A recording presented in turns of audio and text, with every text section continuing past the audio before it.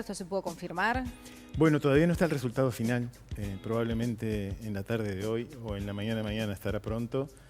Pero hasta el momento no tenemos casos autóctonos de dengue y bueno, creo que no solo depende un poco de la fortuna que ha tenido Uruguay, sino de las medidas que se han tomado en el Uruguay para tratar de evitar la propagación cada vez mayor del Aedes aegypti. Y bueno, tenemos que seguir insistiendo en esas medidas fundamentales. Como se ve en la campaña de tirar todos los recipientes que contengan agua, que estén más de 3 días amontonados en un lugar, con cuidados con las cubiertas. Bueno, todas esas medidas que ustedes permanentemente reiteran en los medios de comunicación son fundamentales y creemos que gracias a eso Uruguay está por ahora libre de dengue y de las otras cosas. ¿Qué es lo otro que transmite? ¿Cuáles son las otras enfermedades? Bueno, la Aedes aegypti es un bicho muy malo que transmite muchas cosas. Entre ellas están de moda ahora el chikungunya y la fiebre por el virus de Zika. Pero también en Brasil transmite la fiebre amarilla. Así que tenemos que tener todas las medidas de precaución, no están de más. Bien, vale, ¿utilizar repelente siempre sirve para este tipo de mosquitos? Bueno, sirve, claro, por supuesto. El estar con las personas que trabajan al aire libre, estar cubiertas. Bueno, estas inundaciones han sido algo trágico para el Uruguay. El norte del país es básicamente, hoy por hoy, es un gran recipiente de agua estancada. Es agua estancada, agua servida. Para el vector es como es la gran preocupación. Exactamente, sí. Yo estuve visitando Salto y Artigas y la verdad que es una preocupación gigantesca que ha tenido, bueno, todas las autoridades locales y nacionales. Hay que ver lo que es, cómo quedó Artigas en la costa del río Cuareim, el agua que llegó en Salto a la avenida principal y bueno, que no es solo el agua, porque el agua se ha metido en las redes cloacales, ha destrozado viviendas, la mugre que quedó después de todo eso que está colaborando, bueno, ustedes sintieron el ejército en Salto.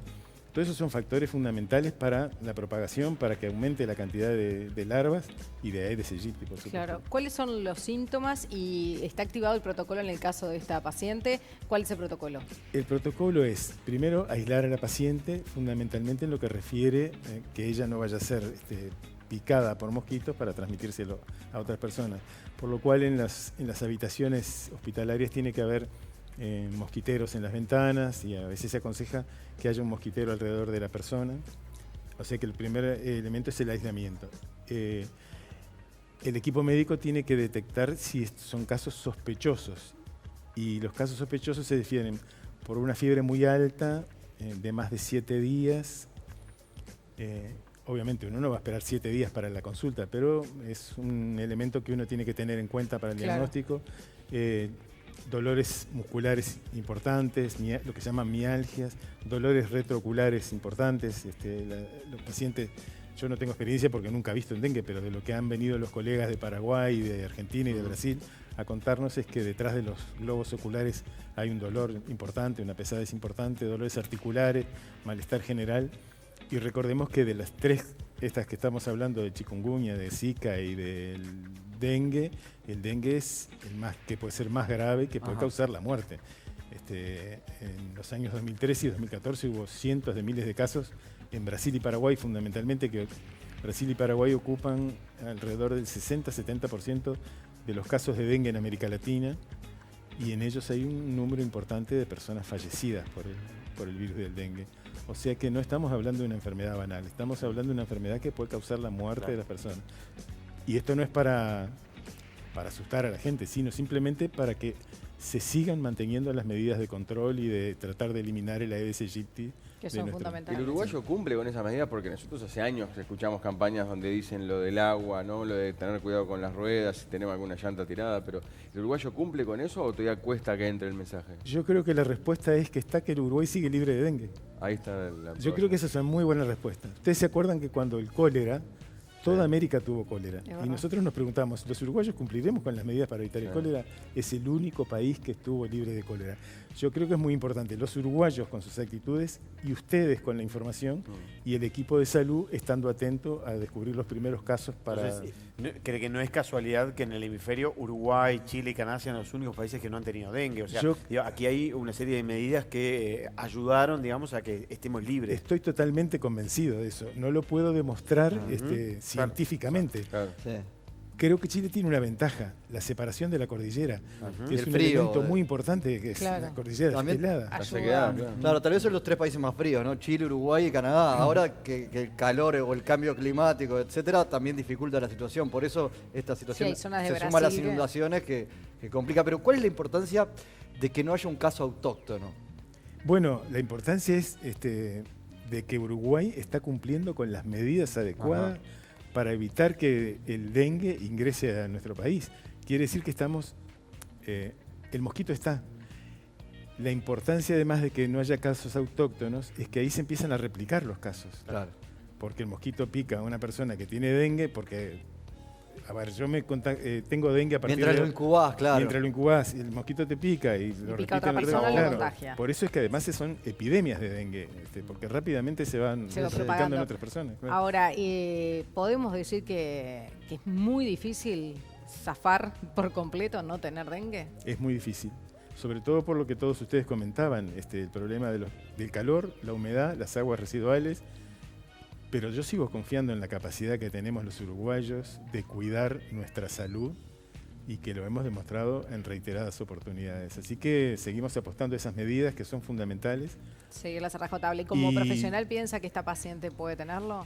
No la conozco, no la vi, No y la vi. no tengo muchos datos. Y además yo no soy experto, bueno, creo que en Uruguay no hay nadie experto en dengue. Hay 3 o 4 compañeros, tanto de médicos de adultos como de médicos de niños, que han ido a tener expertizaje en esta patología para Por si acá hay algún por caso. si empiezan claro. a aparecer, Claro. pero yo en realidad no tengo Más allá del experiencia. protocolo con esta paciente, en caso de que se determine en forma positiva que fuera dengue, que sería lamentable, ¿cómo sigue, digamos, la red sanitaria, pero en su extensión, hacia las demás personas de la población cercana a ella y en general? ¿Cómo se activa, digamos, el protocolo una vez confirmado un caso autóctono?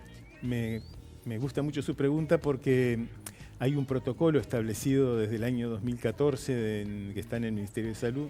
Yo justo venía con él, pero lo dejé, en el cual se determina que a partir del lugar donde esa persona vive, se va a investigar en un radio de 300 metros, capaz que me equivoco en la cantidad de metros, pero Sí. en un radio de 3 o 4 manzanas alrededor de donde vive esa persona, buscando las casas, buscando los contactos, buscando si hay gente que, por ejemplo, empezó con fiebre ayer, determinando una alarma sanitaria alrededor del caso para tratar de pesquisar rápidamente a los que están allí y que pudieran tener la enfermedad y que todavía o no consultaron o todavía los síntomas no son tan claros, Claro. etcétera. Y además buscar la presencia de la Aedes aegypti en todos esos El lugares mosquito. para ver Que se tomar has medidas. encontrado por todo el país, ¿no? Sí, la verdad que sí. Lamentablemente está en todos El lados. mosquito ya está. Sí, Ya el mosquito está. ya está. Ujú. Habló de alarma sanitaria y justamente se confirmó la alarma sanitaria en Salto. ¿Cuál es el protocolo allí?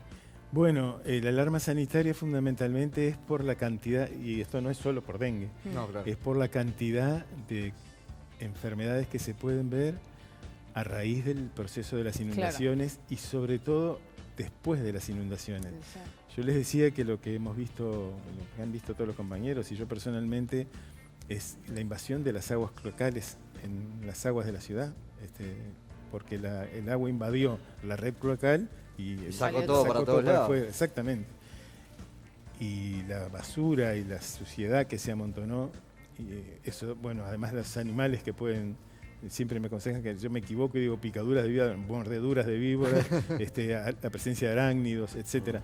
Todo eso es un problema gigantesco, porque además, cuando aparecen los días lindos, los chicos salen a jugar Claro. y juegan cerca de esas aguas residuales.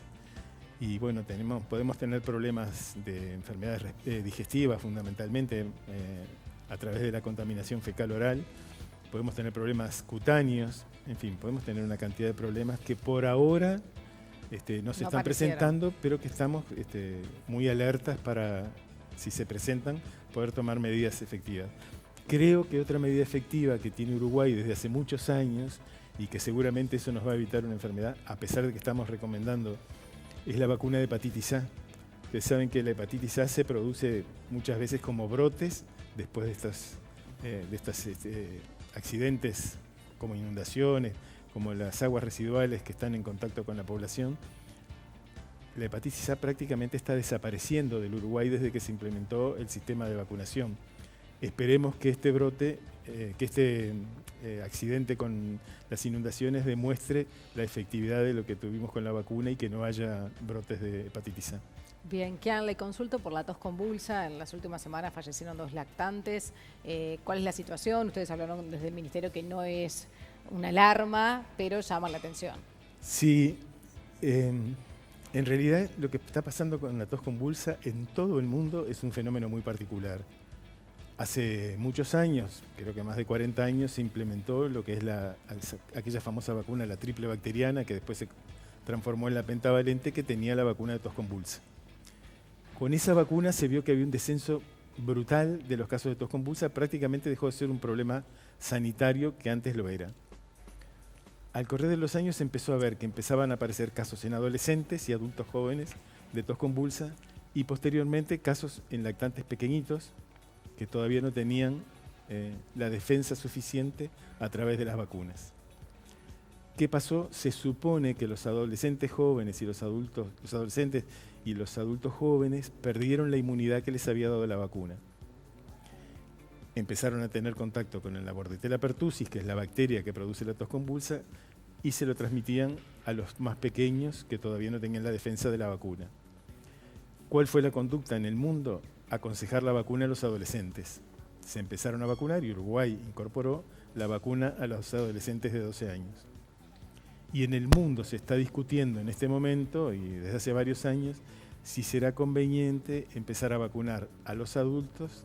Ustedes saben que se tienen que vacunar cada 10 años con tétanos y difteria. Si será conveniente vacunar a los adultos con tétanos, difteria y tos convulsa. Pero bueno, esto es una discusión a futuro, todavía no está decidida. Pero han aparecido casos de tos convulsa. ¿Se acuerdan que en el 2012 hubo un empuje de casos importantes?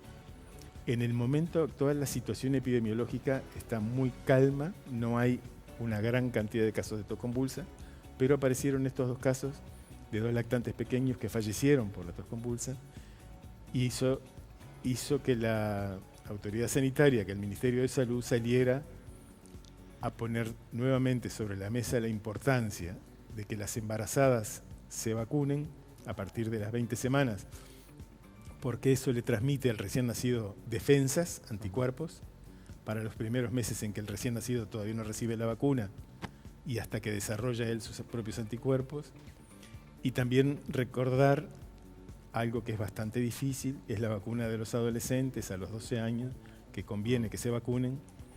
En general las campañas con los adolescentes son bastante frustrantes, porque un adolescente se puede hacer un tatuaje de medio cuerpo, pero si le dicen que se tiene que dar una vacuna, ahí ya le da miedo. tenemos algún problema. Bueno, Y pero ahí entonces, depende de los padres también. ¿Usted cree?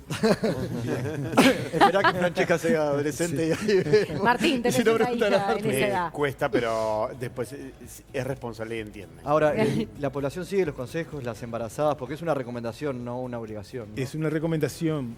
En fin, la discusión es por qué no es obligatoria, porque ¿cómo obligamos a una mujer embarazada a que se dé una vacuna?